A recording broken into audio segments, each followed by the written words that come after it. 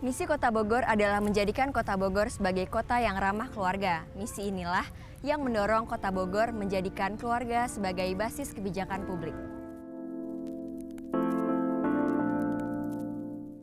Pertahanan keluarga merupakan cita-cita yang luhur, sehingga setiap program pemberdayaan merujuk pada pembangunan keluarga.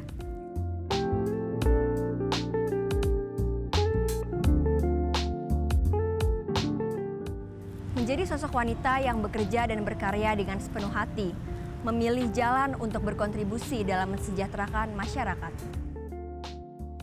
Pada edisi Bitalk kali ini, kita telah kedatangan narasumber. Beliau merupakan ketua dari tim penggerak PKK Kota Bogor dan juga pencetus Sekolah Ibu.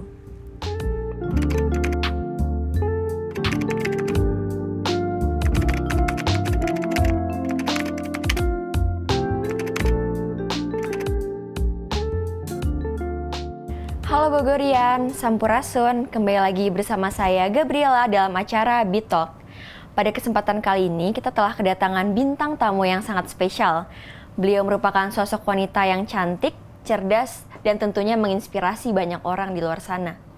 Beliau juga merupakan ketua dari tim penggerak PKK Kota Bogor dan juga istri Wali Kota Bogor Pak Bima Arya. Ya, ini dia Ibu Yana Ardian.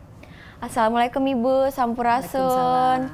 Bagaimana Ibu kabarnya? Baik? Alhamdulillah. Baik. Jadi gimana, sehat? Iya, sehat Ibu.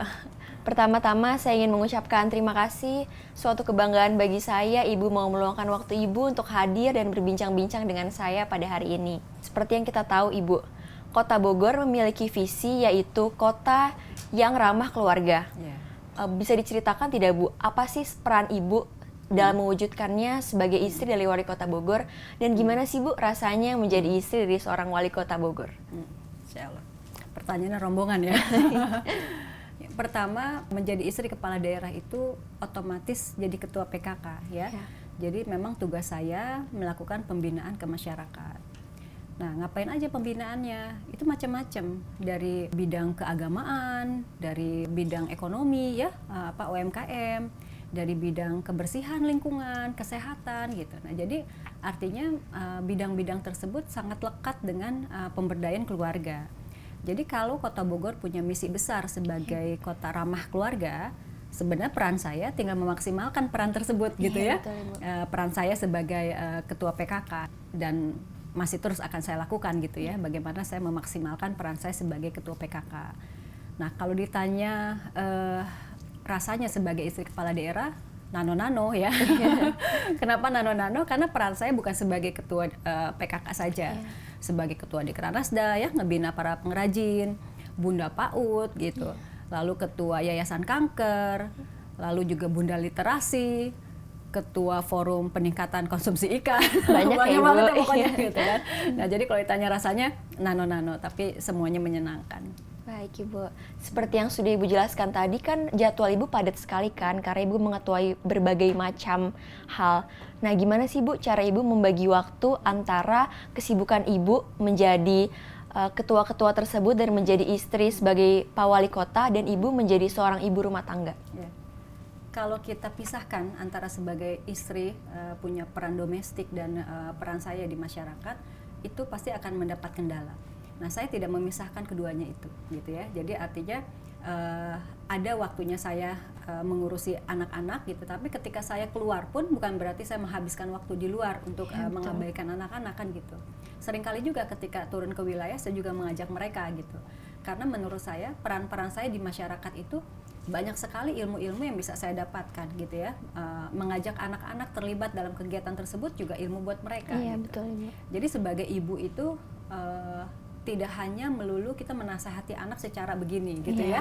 Nah, tapi bagaimana dia melihat kesibukan orang tuanya, dia bisa melihat masyarakat di luar seperti apa. Nah, itu justru ilmu dan bekal untuk mereka, bukan hanya di rumah gitu. Jadi kalau bagaimana saya membagi waktu, menurut saya lebur dua-duanya itu gitu loh, menjadi sesuatu yang memang menjadi dinamis dalam setiap kegiatan saya. Berarti komunikasi dua arah antara ibu dengan anak itu sangat penting ya Bu, dalam kondisi ini. Iya. Kalau misalkan disuruh memilih nih Bu, antara ibu sebagai ibu rumah tangga atau ibu yang berpengaruh untuk Kota Bogor dan masyarakat sekitar, ibu lebih memilih yang mana nih Bu? Berat ya pertanyaan. Dua-duanya punya potensi ya. Ketika banyak ibu-ibu yang memilih menjadi ibu rumah tangga karena pasti cita-cita mereka untuk mendampingi membesarkan anak-anaknya. Nah, bagi mereka juga yang memilih menjadi wanita karir atau misalnya berkiprah di masyarakat, pasti ada nilai-nilai atau value yang mereka ambil juga dari kegiatan tersebut. Nah, saya merasa beruntung gitu ketika saya dihadapkan, saya punya 2 anak, saya harus mengurus rumah tangga, tapi juga saya di waktu yang bersamaan saya harus mengurus warga juga gitu ya. Nah, ternyata itu bukan sebuah pilihan gitu ya. Ketika saya ditakdirkan menjadi istri kepala daerah, bagaimana saya mengkombinasikan antara peran saya di rumah dengan di wilayah, ternyata dua-duanya enak gitu. Jadi saya nggak bisa milih.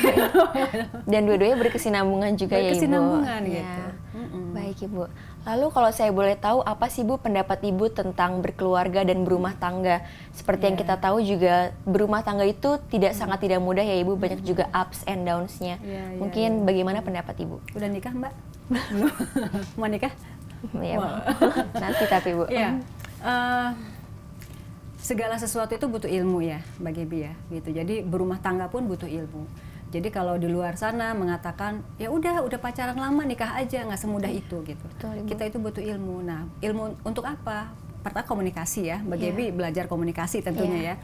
Nah, komunikasi dan memahami sebuah persoalan. Jadi ketika kita dihadapkan oleh sebuah persoalan, kita tidak bisa kacamata kuda melihat di satu sisi saja gitu.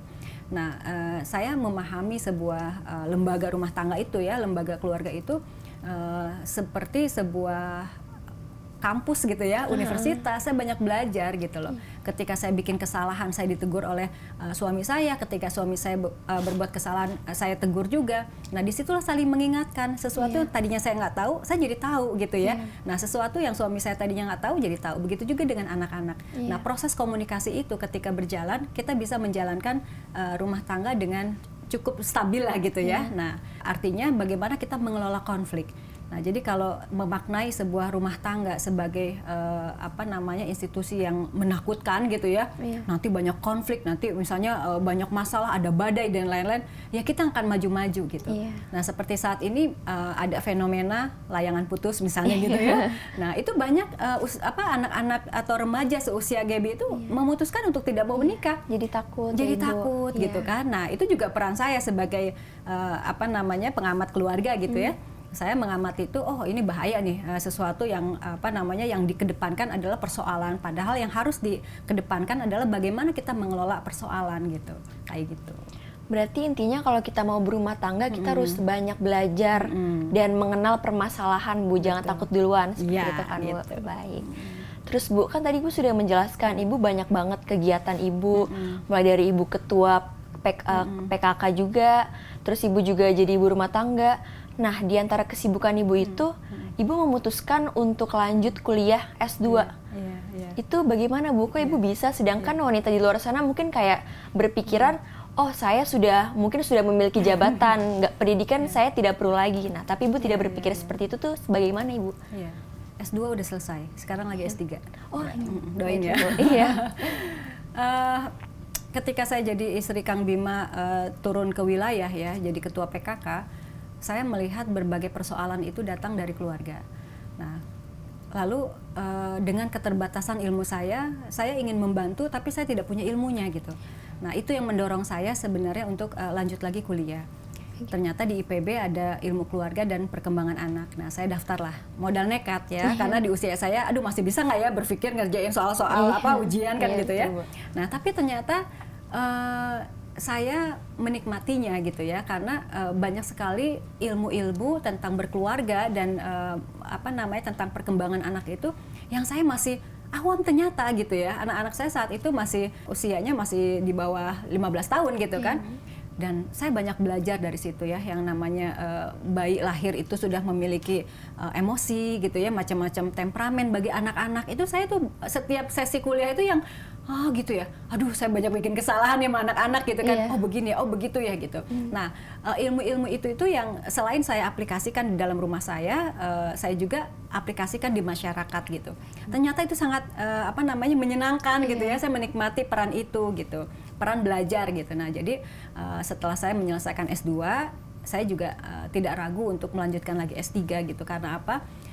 Ilmu itu kan berkembang gitu ya. Ilmu itu menurut saya seperti makhluk hidup gitu ya. Dia nggak statis gitu. Hari ini diteliti, minggu depan ada penelitian yang sama mungkin berbeda hasilnya gitu. Nah, itulah yang membuat challenging sekali gitu ya. Saya menikmati itu gitu. Dan keilmuan itu sangat aplikatif buat di rumah saya maupun di masyarakat gitu. Baik, Ibu. Lalu di balik kesibukan Ibu yang sedang menempuh jenjang pendidikan di S3 ini, menurut sumber yang sudah saya baca, Ibu juga memiliki banyak program-program. Salah satunya merupakan program sekolah Ibu. Nah, bisa diceritakan tidak, Bu, sebenarnya program sekolah Ibu itu apa? Dan yang saya tahu, program sekolah Ibu itu telah mendapatkan program inovasi publik terbaik. Itu merupakan suatu kebanggaan, Bu, untuk kita semua. Jadi sebenarnya sekolah Ibu itu tercetus malah sebelum saya sekolah S2 waktu itu ya. Saya melihat berbagai fenomena di masyarakat ya, banyak tingkat perceraian, banyak narkoba ya, anak putus sekolah banyak gitu. Nah, fenomena sosial itu yang membuat saya berpikir kayaknya kami PKK harus do something gitu, bikin sesuatu yang secara masif sehingga memiliki persepsi yang sama gitu ya. Nah, sementara di keluarga itu yang punya peran sentral itu kan ibu. Oke, ibu yang kita pegang gitu kan. Ibu mau diapain nih gitu ya. Oke, kita kasih pengetahuan gitu. Nah, akhirnya lahirlah sekolah ibu. Lalu bagaimana materinya? Nah, kita PKK kan ada 4 Pokja ya, dan sekretaris, jadi ada 5 tim. Nah, kita gabungkan, Pokja 1 mau bikin program apa, Pokja 2 mau ngasih materi apa, kayak gitu. Nah, akhirnya kami mengambil dari rumusan fungsi keluarga dari BKKBN. Jadi kita tidak keluar dari 8 fungsi keluarga. Nah, disitulah kita susun modulnya, lalu kita coba pilot project di satu kelurahan, ternyata berhasil. Nah, kita sampaikan ke Pak Wali, akhirnya diduplikasi ke 68 kelurahan. Dan ternyata kita tidak bicara bahwa sekolah ibu untuk menekan angka perceraian, tidak gitu ya, tapi sekolah ibu untuk menambah wawasan ibu, untuk merubah perilaku gitu ya. Karena banyak ibu-ibu yang karena perempuan itu 20.000 kata ya kalau sehari bicara, nah seringkali tidak bisa mengontrol lisannya gitu. Nah, bagaimana ibu-ibu itu bisa berkomunikasi dengan baik dengan penggunaan bahasa yang baik gitu kan. Nah, lalu juga untuk memperluas persepsi dalam berpikir gitu. Karena di sekolah ibu diajarkan bagaimana perbedaan perempuan dan laki-laki gitu ya, watak manusia gitu, selain materi-materi yang umum ya kayak reproduksi dan lain-lain gitu. Nah, jadi sekolah ibu itu menurut saya sebuah program ketahanan keluarga yang sebenarnya juga bisa membantu mewujudkan misinya Kota Bogor nih ya. Misinya Kota Bogor kan kota ramah keluarga. Ya, betul. Nah, kota ramah keluarga itu apa sih? Kota ramah keluarga itu di mana keluarga jadi basis kebijakan publik ya. Misalnya Dishub ya, misalnya Dishub biasa ngurusin angkot. Nah, terus ramah keluarganya di mana? Oh, berarti dia harus misalnya membuat program yang menguntungkan bagi keluarga gitu ya. Dan misalnya Dinas Pertanian bikin program apa yang berkaitan dengan keluarga. Nah, semua dinas-dinas yang ada di jajaran Kota Bogor itu membuat program yang mengacu pada keberpihakan pada keluarga. Nah, kayak gitu. Lalu bagaimana bisa program sekolah ibu ini menjadi program inovasi publik terbaik, Ibu? Iya. Bagi saya ya ini mungkin sudut pandang subjektif ya. Pemerintah itu kan tugasnya melayani ya. Melayani siapa? Melayani masyarakat. Nah, masyarakat itu mau diapain? Masyarakat itu harus diberdayakan gitu kan. Nah, memberdayakan keluarga ini kan tidak mudah gitu. Nah, makanya program-program yang berkaitan dengan keberpihakan keluarga itu harus diangkat gitu. Nah, salah satunya yang tadi disampaikan gitu. Baik. Lalu untuk antusiasme para ibu-ibu terutama di Kota Bogor tentang sekolah ibu ini tuh seperti apa, Bu? Saya mencoba menganalisa bahwa ibu-ibu itu senang bersama-sama ya. Makanya ada arisan ya, ada pengajian. Nggak ada kan laki-laki ya, ada Mas punya arisan Mas. Nah, pengajian mungkin ada ya, pengajian bapak-bapak ya. Tapi perempuan itu senang kebersamaan. Nah, jadi sebenarnya ketika sekolah ibu itu digulirkan, mereka tuh sebenarnya senang. Kenapa? Ada me time. Jadi misalnya seminggu 2 kali dari jam Senin, Kamis jam 1 sampai jam 3 siang. Artinya me time-nya mereka yang biasa misalnya berkutat dengan kerjaan rumah tangga, urusan anak, ngurusin suami yang nggak punya ilmunya, jadi sering marah-marah, misalnya marah sama suami, marah sama anak gitu kan. Nah, pada jam-jam tertentu dia me time nih ke kelurahan nih, ikut sekolah ibu. Pertama dia keluar dari rumahnya, me time, kedua dia mendapatkan ilmu yang bermanfaat, lalu bersama teman-temannya yang tanda kutip senasib nih, ibu-ibu juga gitu kan. Nah, lalu kita ada macam-macam ice breaking gitu ya, yang kadang-kadang bikin ibu-ibu tuh ketawa gitu. Padahal permainannya apa sih, cuma mecahin balon gitu loh ya. Nah, itu tuh me time gitu. Jadi saya sekarang paham kenapa sekolah ibu itu menjadi program yang ditunggu nih di masyarakat ya, karena kan terbatas cuma 30 orang, nanti udah lulus 30 orang lagi. Nah ini ngantrinya panjang gitu lah. Kenapa? Karena dari mulut ke mulut mereka happy nih yang habis lulusan gitu kan.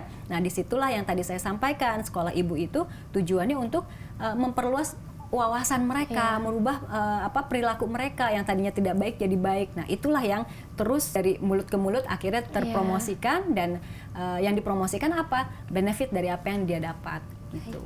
Berarti secara tidak langsung ini program sekolah ibu tuh buat mungkin ibu-ibu yang lagi mumet akan kerjaan di rumah atau mungkin kerjaan sehari-hari, biar mereka bisa jadi me time di sekolah ibu belajar. Iya, contohnya ya Gep ya. Jadi ada salah satu testimoni dari pengajar. Kan pengajarnya itu kita TOT dulu ya. Nah, pengajar bilang ini, Bu, kita nih ya pulang ke rumah cucian piring numpuk. Biasanya kita marah-marah ngeliat cucian piring, ini kita senyum-senyum aja gitu ya. Karena apa? Mindsetnya udah dirubah gitu ya. Sesuatu yang harusnya nggak perlu dipermasalahkan, ya nggak usah dipermasalahkan. Nah, hal-hal seperti itulah gitu. Baik. Lalu Ibu setelah sekolah Ibu ini, saya juga mengetahui bahwa Ibu merupakan salah satu pencetus dari Kampung Perca. Kampung yang dimana tadinya adalah kampung biasa yang memiliki banyak keresahan dari masyarakatnya, sekarang menjadi kampung yang sangat luar biasa, sampai bisa berkolaborasi dengan desainer ternama. Itu bisa diceritakan tidak Bu, prosesnya bagaimana kampung itu bisa kolaborasi dengan desainer ternama seperti itu? Pertama saya ingin sampaikan bahwa segala sesuatu itu, program itu nggak mesti dari atas ke bawah, mungkin juga dari bawah ke atas.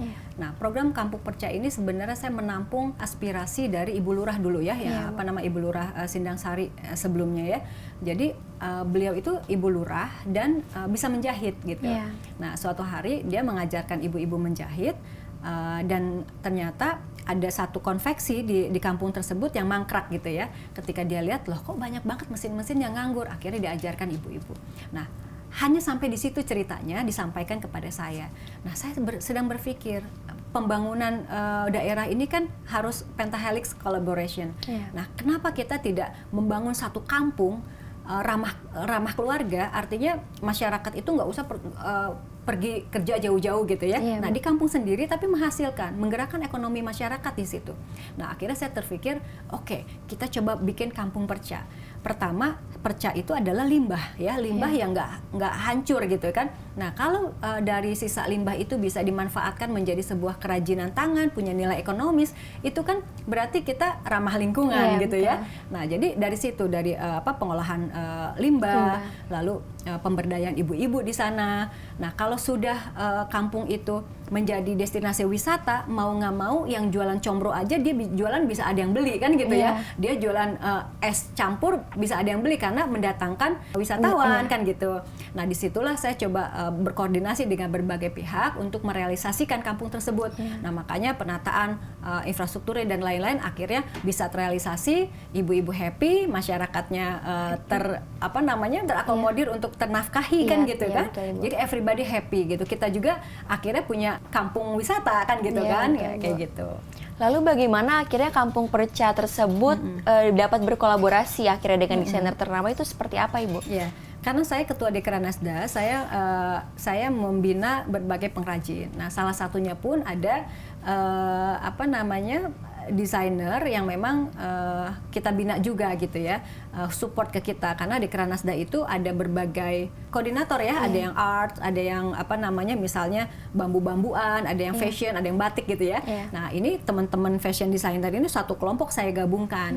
Nah, jadi mereka itu bukan hanya desainer lokal tapi juga desainer yang memang sudah bermain di mancanegara maupun di internasional maupun di nasional. Nah, jadi karena ada satu desainer yang memang dia concernnya ke zero waste gitu. Jadi pas kita lagi ngobrol, wah saya juga peduli dengan lingkungan, oke gitu kan. Jadi artinya Kampung Perca ini bisa terrealisasi karena kita punya satu frekuensi gitu. Baik Ibu.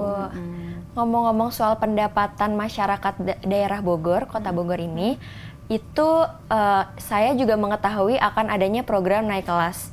Nah, bagaimana program naik kelas ini bermanfaat dan menguntungkan bagi para UMKM, terutama di Kota Bogor? Oke. Pengrajin di Kota Bogor itu ada sekitar 120 binaan saya ya. Karya mereka luar biasa. Nah, pemasarannya pun sudah cukup baik ya. Promosi dari kami semua juga sudah cukup baik. Nah, tapi kalau kita bersaing dengan produk mancanegara ya, atau misalnya nasional lah gitu ya, pasti masih banyak kekurangan ya. Bagus menurut kacamata saya, tapi bagaimana dengan kacamata pembeli, customer, atau kacamata desainer produk kan gitu. Nah, makanya di situ kami berkolaborasi dengan desainer produk ibu kota ya. Kami datangkan, ayo kurasi nih produk-produk Bogor gitu kan, yang menurut saya bagus. Ternyata masih banyak koreksi dari mereka gitu kan. Ini harusnya begini gitu. Nah, akhirnya kita coba koordinasikan, kita cari CSR untuk membayar konsultan tersebut. Nah, sekitar 25 pengrajin setelah dikurasi lalu diberi pembinaan. Itu selama 8 minggu. Nah, untuk apa? Untuk meningkatkan mutu mereka dan tentunya desain mereka gitu. Untuk apa sih program naik kelas ini? Tentunya kalau kualitas mutu dan desain mereka itu lebih bersaing ya, lebih bagus, harga penjualan juga naik gitu loh. Nah, jadi ini yang sebenarnya untuk meningkatkan juga pendapatan mereka. Contoh kecil misalnya usaha selimut misalnya ya, selimut perca. Nah, selimut perca tadinya pakai bahan katun biasa. Nah, setelah program naik kelas, selain desainnya itu agak dimodifikasi, tapi penggunaan kainnya itu kain premium gitu kan. Karena ini untuk baby nih, ini untuk anak, harus nyaman. Nah, tapi kan mahal, nggak apa-apa, nanti harga jualnya lebih mahal kan gitu. Nah, hal-hal seperti itu, jadi akhirnya kita bisa bersaing lebih luas lagi gitu. Berarti sangat menguntungkan ya Ibu Sangat program ini? Sangat menguntungkan untuk para pelaku usaha ya. Baik. Gitu. Nah, tadi kan Ibu juga telah menyebutkan beberapa program-program Ibu untuk Kota Bogor. Nah, kalau saya boleh tahu Bu, apa sih Bu yang menjadi hambatan terbesar sebagai untuk mewujudkannya dalam visi Bogor kota yang ramah keluarga? Ya.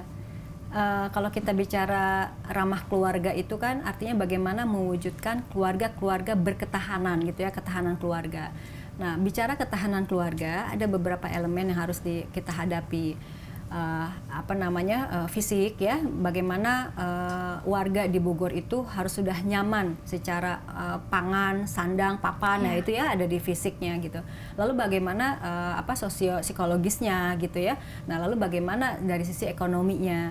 Nah, ekonomi tadi kita udah bicara ya gitu kan, masalah peningkatan UMKM dan lain-lain. Nah, dari elemen-elemen tersebut untuk mewujudkan secara keseluruhan itu tidak mudah. Kayak misalnya contohnya program naik kelas. Anggaran yang kita miliki hanya untuk 25 pengrajin.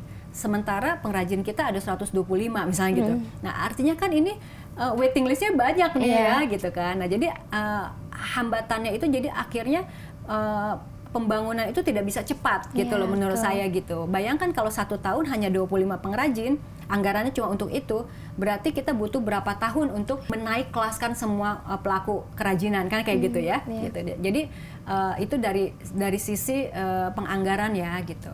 Nah, dari sisi lain tentunya support dari berbagai pihak. Nggak semua orang punya cita-cita yang sama dengan saya. Ketika saya ingin meningkatkan naik kelas UMKM, mungkin ada sebagian pihak yang mengatakan, ngapain uangnya buat UMKM? Udah bagus kok produk mereka, mendingan kita beliin ambulan aja misalnya gitu ya. Nah, atau misalnya kita benerin deh jembatan di sebelah sana. Nah, itu nggak bisa apple to apple gitu loh.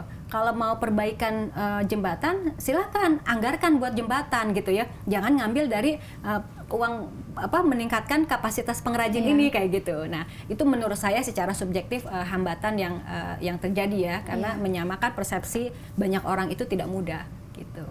Nah, berarti hambatan terbesarnya merupakan anggaran dan support dari orang-orang sekitar ya Ibu. Baik. Lalu kira-kira apa sih Bu mimpi Ibu selanjutnya? Apakah Ibu ingin berkecimpung di dunia partai seperti suami Ibu Pak Bima? Partai bukan cita-cita saya ya gitu, karena setelah saya berkecimpung di dunia pemberdayaan ternyata saya menikmati itu gitu ya. Saya orang sosial gitu, jadi saya akan sangat bermanfaat hidup saya kalau saya banyak memberi kepada masyarakat luas ya, secara keilmuan maupun hal-hal yang lain gitu. menurut saya kalau saya berkecimpung di partai hanya membatasi ruang gerak saya gitu, hanya mewarnai diri saya. Jadi biarlah suami saya berkiprah di partai, saya support ya, saya dukung, saya saya doakan gitu ya, tapi saya tetap ada di jalur saya gitu. Oke, baik Ibu. Untuk terakhir, Ibu kira-kira ada nggak nih kata-kata motivasi atau mungkin closing statement untuk generasi penerus di luar sana biar kita juga semakin semangat dan termotivasi, Ibu? Ya. Prinsip hidup ya, Gap ya. Prinsip hidup saya itu fokus dalam melakukan sesuatu ya, jangan setengah-setengah gitu. Jadi ternyata konsistensi itu yang membuat kita tumbuh.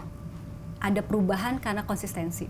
Nah, jadi buat generasi muda nih ya, Gaby juga ya pesan ya, konsisten aja gitu. Ketika kita melakukan sesuatu hal, konsisten di situ, kita akan tumbuh. Gitu. Misalnya saya konsisten di bidang keluarga, saya tidak akan melirik ketika ada tawaran ini lebih menarik, tawaran ini lebih menarik, godaan akan banyak. Tapi ketika kita konsisten, kita akan tumbuh. Gitu. Baik Ibu. Baik Ibu Eni, terima kasih atas waktunya sudah mau menyempatkan mengobrol bersama saya dalam acara Bitalk kali ini. Semoga semoga Ibu keluarga sehat-sehat semua ya Bu. Sama-sama. Nah, itu dia Bogorian perbincangan kita dengan Ibu Yana Ardian pada kesempatan kali ini. Terima kasih buat kalian semua yang sudah menonton video ini. Semoga video ini dapat bermanfaat untuk kalian semua. Sampai jumpa di episode selanjutnya. Sampurasun.